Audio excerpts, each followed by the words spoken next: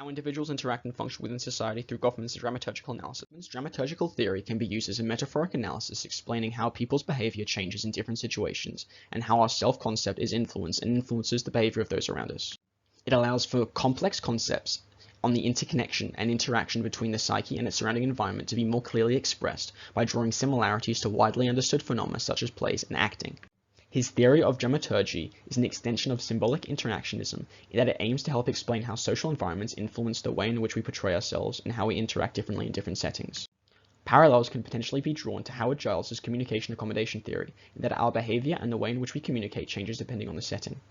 There are a wide variety of concepts incorporated into dramaturgical analysis. However, many of these fall under impression management, changing how you act, dress, and behave to better communicate the role you are playing. On the front stage, you actively perform the role you are playing to an audience, whereas you prepare for future roles and relax somewhat on the backstage. Goffman's dramaturgical analysis can easily be applied to the wide variety of social nuances and interactions within society. For instance, we look at the example of a teacher and the differences between how they behave in different social environments at school and at home. The teacher is not always a teacher, this is merely the role they have adopted to play. However, the role takes on an alternative form in different social situations. They may interact differently with their students than they would with either fellow teachers or with their superiors such as principals or head teachers. Let's use the hypothetical example of the teacher Mr. Jones. Impression management explains why Mr. Jones comes to school in neat formal attire and stands at the head of the classroom behind the teacher's desk. Both the students and Mr. Jones understand that he is the authoritative figure in the room and that they should listen to him.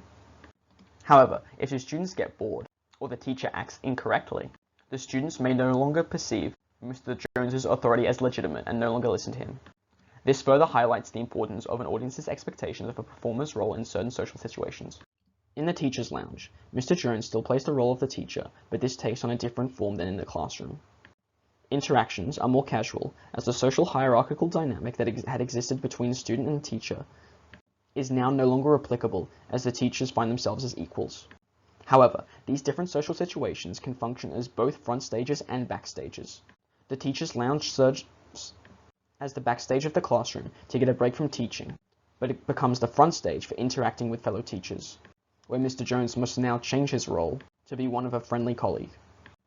Even when Mr. Jones gets home, he now plays the role of the supporting husband and role model for his children, but still works in the backstage of the classroom as he prepares material for the next day's class.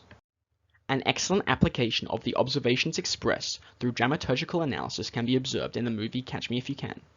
In one scene, Frank Abagnale Jr., a new transfer student, walks up to the board and writes his name and sternly asks the class where they left off in their textbooks. While originally skeptical, the assertion of authority Abagnale presents convinces the class to believe that he is their new substitute teacher. Even when the new and real substitute teacher turns up, Frank modifies his behavior slightly to one regretfully addressing a colleague that she is mistaken, convincing her to leave.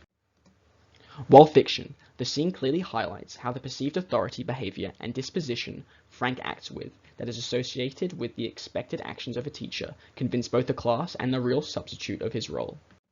Invigorated by the successful deception, he continues teaching for 2 weeks, organizing a parent-teacher meeting and planning an excursion to France.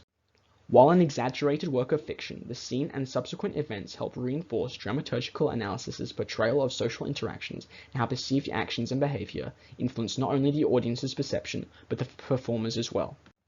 The positive affirmation of his authority results in him continuing to act the role of the teacher. Similar events occur throughout the rest of the movie. In conclusion, Goffman's theory of dramaturgical analysis is important as it simplifies complex cognitive concepts surrounding the presentation of the self and how it is influenced that can be understood by drawing parallels to theatre.